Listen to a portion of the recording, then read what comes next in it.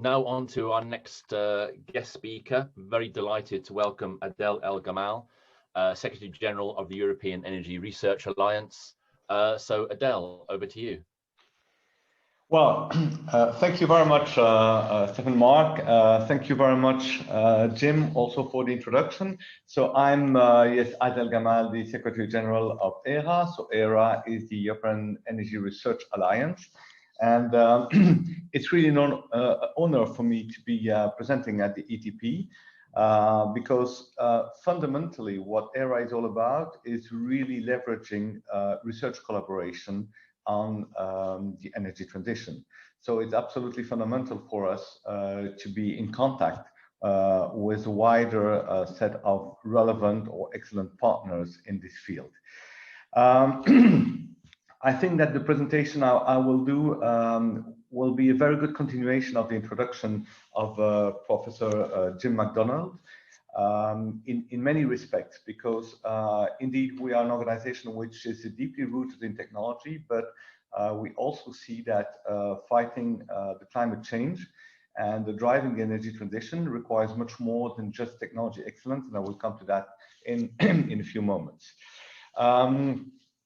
I think the presentation I will do here is certainly an introduction to EERA. Probably some of you know already what we're doing, but we'll give you an overview of what we are, what we're doing, what is our mission. But also I have attempted in the second part of the presentation to really, let's say, reposition the role of technology in the wider perspective of the clean energy transition. And I think it will very much highlight what Jim McDonald already introduced, is first of all the fact that we're looking at the global challenge, and of course international collaboration there is absolutely key, both in terms of technological advance, but in terms also of climate diplomacy. But also the fact that we're talking about a systemic challenge. So it's not about individual technologies, it's about how these technologies can work together in a global system, and how even more, if we look at the societal aspect, how the society operates as a general system. So we'll look into these aspects in the presentation, and I hope this will trigger interesting Q&A after the presentation. So I will try to share my screen. Can you see my presentation here? Yes, we can, Adel. Okay, very good, excellent. So first of all, introduction of EERA.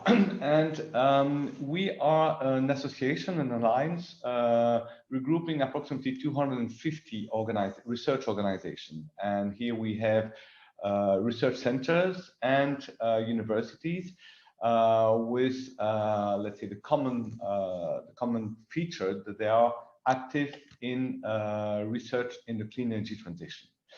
These are spread across 30 countries, and they represent altogether approximately 50,000 experts. This doesn't mean that EERA counts 50,000 experts, but it gives an idea of, let's say, the community in which EERA can tap to find the best available expertise on the different subjects.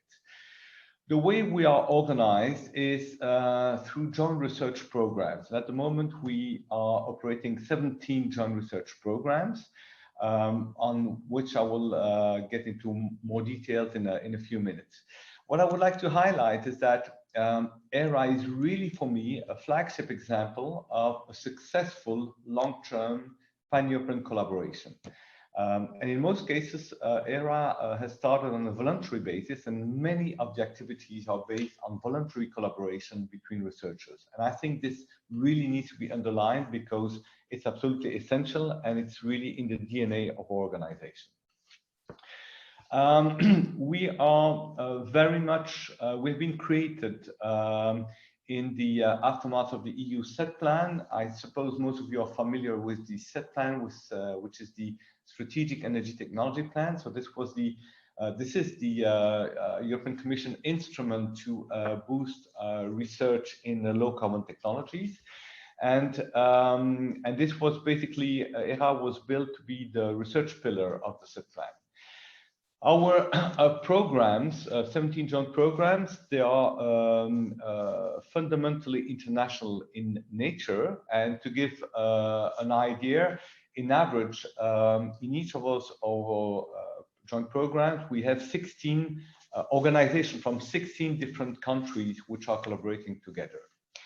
The joint programs of ERA, they cover all of the, I would say, set plan initiatives and priorities. And in that sense, we contribute to all of the 10 set plan key actions, which are the political, I would say, top level actions which were defined by the Commission. Of course, as we are an integral part of the set plan, we are deeply involved with the set plan ecosystem, and this includes in particular what we call the ETPs, so the European Technology and Innovation Platforms, which you might be familiar with. Finally, very important, and I will come to that point later on, ERA runs these 17 joint programs. Most of these joint programs cover, in fact, all of the low carbon technologies, but we have a number of programs that represent approximately 1/3 of our activity, which cover either cross-cutting aspects of the transition or more societal and systemic aspects of the energy transition. And this is really fundamental because one of the points I want to make here is that although technology is absolutely essential and needed for the transition, this is by no means a sufficient condition to achieve climate neutrality in 3 decades from now. Finally, international collaboration, we see it as absolutely essential beyond Europe. And through our programs, ERA contributes to 6 out of the 8 mission innovation challenges. Mission innovation being, the international initiatives to boost research in a clean energy transition. We have recently revised quite significantly our strategy, and what I would like to highlight here is that our revised mission statement is now expressed directly, as you see below on the slide, as achieving a climate neutral society by 2050. And this is very fundamental to us because whereas 2 years ago our mission was relating to technology excellence, what we're relating to now is really achieving climate neutrality by 2050. So it means that the challenge is linked to the climate objective, and this is of course very, very wide-ranging in terms of impact, because it means that we need to look at all the aspects that we need are important, all the research areas that we need are important to achieve climate neutrality. And as I said, we believe that this goes well beyond just having the right technologies. In terms of positioning in the innovation continuum, ERA is typically working in the range of TRLs between 2 and 5, well, 2 and 7, with a focus between 2 and 5. So we are really rooted on the very low TRL side, and what we're trying and working very actively at the moment is to improve the innovation continuum and to have a better interaction with the industry. This has been traditionally a problem. Well, I would say a weakness in Europe was Europe was recognized for generating excellent research, but in general quite inefficient in translating these research results into marketable products and services. And we are very much looking at improving that area, so in the range of 5 to 8. Our joint programs, I've introduced them already. I will not go through all of them. We have 2 joint programs on materials, because materials, of course, are a very critical enabling technologies for all clean energy technologies.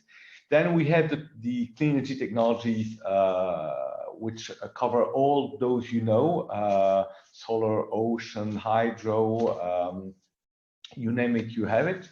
And then we have a number of programs which are more looking at the systems level. And I will come back to that because we see that as very important, and this covers probably about 1/3 of our research activities. You will find, of course, activities there on smart grids, on energy systems integration, on smart cities, but also a program which looks at more the environmental and social aspects of the energy transition, which we believe are absolutely essential and are not having the right attention at the moment in most of the policies we see developing at EU level.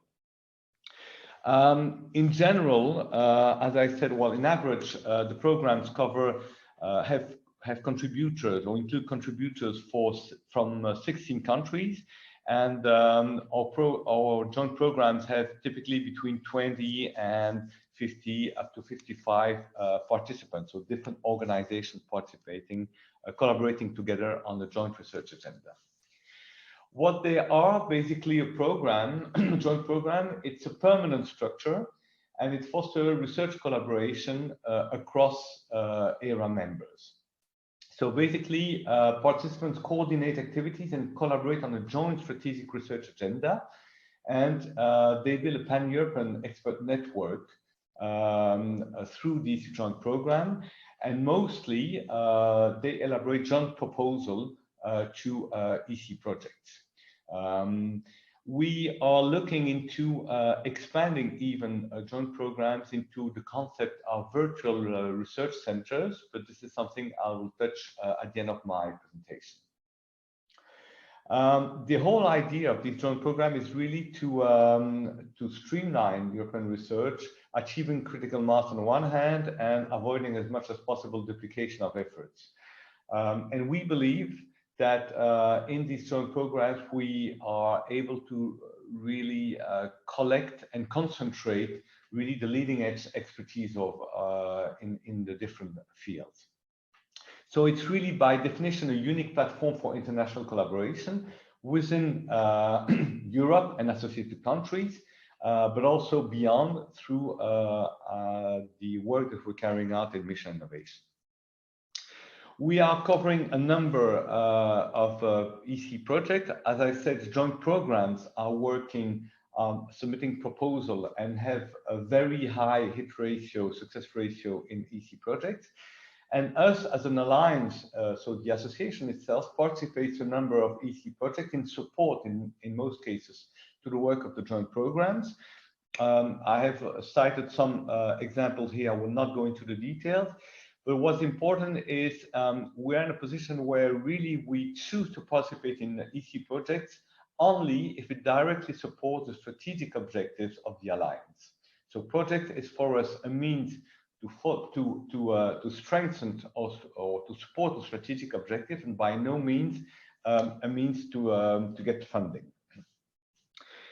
If we look at what is our positioning in the EU climate and energy context, by definition, the EU ecosystem is quite complicated, and I've tried to summarize it here. And I would say until recently, I would say the reference framework was the 2030 Climate and Energy Framework, which was supported by Horizon 2020 project mainly. Over the last 2 years, EU has, let's say, released its long-term strategy, and this strategy is to make of Europe the first climate neutral continent by 2050. And it is supported by a number of EU instruments, by the new framework program, which is called Horizon Europe, by the EU Green Deal, and more recently by the recovery package that the EU has released to fight the consequences of the pandemic, which is called Next Generation EU.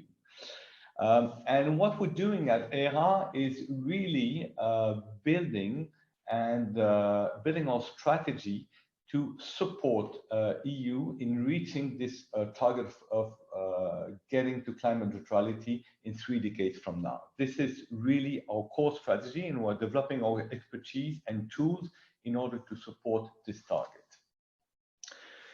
As I said, traditionally, we are a pillar of the set plan. The set plan has been created 12 years ago. It is now, it has evolved over time. And basically today you have a number of implementation working groups which are looking at different areas of the clean energy transition. EERA is participating in all of these implementation working groups. So there are 14 implementation working groups, and 15 of our 17 joint programs are heavily involved and are representing the research communities in this research group. But now I'll come to the second part of my presentation. I would like to reflect a little bit on the clean energy transition. And first of all, I would like to challenge a number of ideas. And first of all, the first idea is the availability of highly competitive renewables a game changer for the energy mix and for the greenhouse gases reduction? And I've just put here for reference some of the LCOEs that we have today. In PV, you see it in Spain, in Finland, 42 euro cents the kilowatt hour. And I compared it to what is the strike price of Hinkley Point C, the nuclear power station, which is being built at the moment, and of the range of coal-generated electricity. You see that we have very highly competitive renewables. I refrain to put wind, which of course deserve a place here, and in particular offshore wind, of which the LCOE is really decreasing extremely fast. But if you look at the slide on the graph on the left-hand side, you see this is the global energy mix in 2020. And the only stripe or line which doesn't have any label because there's no place for it is the yellow one. This represents the new renewable. This is PV, offshore wind, onshore wind, and all the new renewables. And you see that this is less than 3% globally. It's absolutely ridiculous. So it means that even though we have had for years now extremely competitive renewables, the impact it has on the global energy mix is marginal. And the global trend is still that coal is growing, that gas is growing, that oil is growing, because the global demand is growing as well. And without any surprise, if you look at the curve on the emissions have been steadily growing over the last 30 years. The only exception to that will be 2020, and this will not be because of clean technologies, it will be because of the COVID crisis, because just the standby of the global economy will create a dip of, we expect 7 to 8% of the emissions in 2020. But it shows that the emissions are linked to the economical activity, and they will continue to grow as long as the economical activity grow until we change completely the energy mix. But we see here that the energy mix, we don't have the ability to change the global energy mix at the pace which is needed to achieve the transition. Can we tackle climate change only by greening the energy sector? And you see here the sectors which are defined by the IPCC. In fact, energy generation, energy sector represents only 1/3 of the global emissions. So energy is everywhere or almost everywhere, but the energy sector is only 1/3 of it. So this means that if we want to tackle the climate change, we need to look at all the sectors as a system and not in isolation as we're doing today. Is transitioning to climate neutrality a matter of technological progress only? You see here, I mean, there are multiple ways to demonstrate this, but just this one is interesting. You see on this graph the subsidies to fossil fuels on the left-hand side, on the right-hand side to renewables. And of course, subsidies, they include the direct subsidies, but also all the indirect subsidies. I mean, in the case of fossil fuels, of course, you have a climate cost, but you have a very big part of it, which is the cost of air pollution. And if you look at it, you see that at the moment we speak, the fossil fuel industry receives direct and indirect subsidies, which are 20 times more than the renewables. So until we change this situation, there's no way that we'll be able to transition at the speed which is required to change. And I always recall everybody that we're speaking here, we're negotiating at the moment the framework program budget. We're talking about 1 billion plus 1 billion less on the framework program. The direct aid to banks in the financial crisis in 2008 in Europe only, and this is European Commission information, direct aid to banks. So this is public money which was given directly to banks to save the financial system. It was no less than 1,200 billion euros in 2.5 years. Just to give you an example, this represents approximately 50 years of the global public budget that the world is spending in clean energy research. Finally, can Europe alone invert climate trends? Europe represents less than 10% of the global emissions today. So even if we get to climate neutrality, we will have a marginal effect. What is absolutely fundamental is that we use climate diplomacy and we lead by example to, let's say, lead the other polluters to adopt the same ambitious targets as we're doing in Europe. And on the right-hand side, you see that if we look at the countries or the regions which are either out of Paris Agreement or leaving Paris Agreement, they represent 24% of the global emissions. Of course, we hope then in 2 weeks from now, we will be able to change the color of our American friends, but this is not sure yet.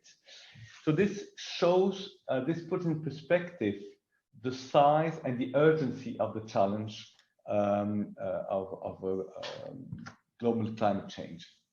Transition is not happening. We are today on track to reach a 3 plus 3.5 degrees warming, with a high uncertainty which could go up to 6 degrees Celsius by the end of the century. We can only tackle climate change if we embrace all economic sectors as a whole. Energy generation is fundamental, but what we need to tackle is energy in all the economic sectors. Technology is essential, but it's not sufficient. What we need to change is the software of the society, in fact. If we don't change the behavior, the way the markets are organized, and I've shown that with the energy mix, there's absolutely no way that we'll be able to change the energy mix in the 30 years to come. And this is simply because the existing infrastructure, if it is not early retired and mothballed, and we need to have the right market rules to allow that, if this doesn't happen, we'll continue to emit more and more in the 3 next decades. Governments do not walk the talk, definitely.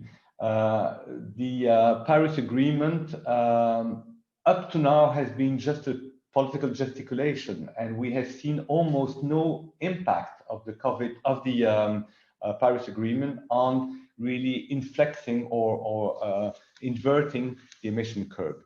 And finally, EU is only a part of the problem, 10% of the global emissions. So international collaboration and climate leadership are absolutely fundamental. I will show you here what is our take on the clean energy transition from the ERA perspective. And we have been asked by the European Commission to look into what should be the approach to the Clean Energy Transition Partnership, which is a major instrument from the Commission to accelerate, let's say, the transition to climate neutrality. And this is basically the framework that we have developed, and which is developed in a white paper, which exists in a draft version today, and which will be released in November. And what we've done is fundamentally take a top-down approach. So instead of looking at how technology could contribute individually, saying PV could contribute to up to 10% of power generation, wind to up to 10%, up to XYZ percent. We are taking a top-down approach, which is looking at where emissions are generated, and they are generated in the different sectors which are defined by the IPCC that you can see at the top of the picture. And then we've looked at all of these sectors and how we could reduce the emissions, looking at the different dimensions that are really fundamentally shaping the energy transition. And you can read them there. There are some which are quite technical, such as digitalization, some which are much more complex and integrate a huge element of non-technology research, which is basically thinking about how we can really implement a circularity. How should we design the policy and the regulation to allow the existing infrastructure to be renovated by clean infrastructure quicker than the investment cycles would allow to do it. It's about market design, and fundamentally, it's also about consumer behavior and lifestyle. This is, in my view, probably the most important aspect. Too often, we believe that just because the technologies will be there, because we'll have smart appliance and Internet of Things and the like, energy consumption will decrease. This is absolutely wrong. What will change the emissions will be a totally redefinition of how the consumer relates to energy in terms of usage, generation, and storage. And this is about consumer behavior and lifestyle. And this means that we need to integrate a huge element of social science and humanities in how we want to design society. So this is the framework that we have designed, and what we're looking with this framework is to identify transition challenges. Transition challenges which we want to be expressed independently from individual technologies. So transition challenges will, for instance, say we need to have flexible energy systems and flexible and reliable energy systems. The way you implement that could be very well by having more storage, having smart grids, having virtual power plants, having demand-side management. You have a number of technologies which could achieve these challenges, but the challenges need to be identified independently of the technologies to make sure that we, from system perspective, achieve the top-level targets that we are trying to achieve. Otherwise, the only thing that you do is just displacing the emission generation from one sector or from one technology to another. And this, of course, doesn't help on the global scale. So, Adel, sorry, that's yes, 2 minutes left. It's my one before last slide. So if we look at how, from an organizational perspective, we want to address this challenge. This is how EERA was looking until 2 or 3 years ago. And basically, we had a number of, I would say, disconnected or independent research programs. And you would have typically there wind, PV, ocean, storage, other technologies. What we've done over the last 3 years is, first of all, developing the cross-cutting challenges, because of course, across the different joint programs, you have a number of challenges which are common and which can be better addressed from a cross-cutting perspective. But more importantly, what we have identified is that we need to look at the transition from a systemic perspective. And this is the layer that we have added and that we call clean energy transition.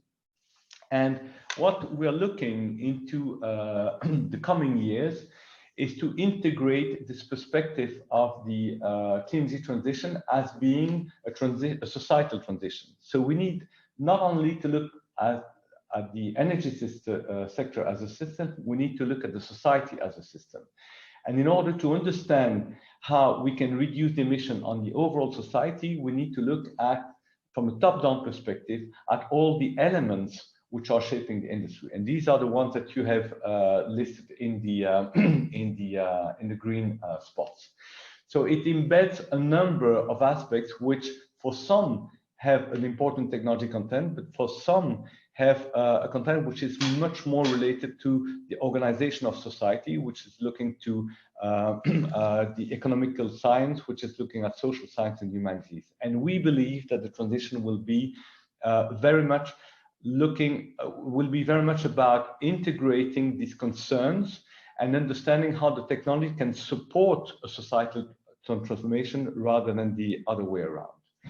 So this was my last slide, and I hope it will trigger some interesting questions and discussions.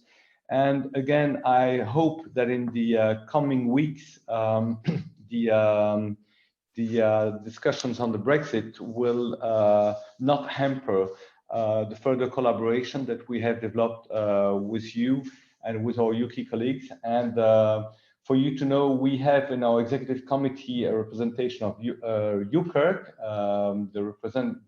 Jim Watson is representing UKirk, and we are intensively working with Jim to make sure that as much as possible the collaboration with Scotland and with UK in general can continue. So thank you very much for your attention, and I'm ready to take any question you might have.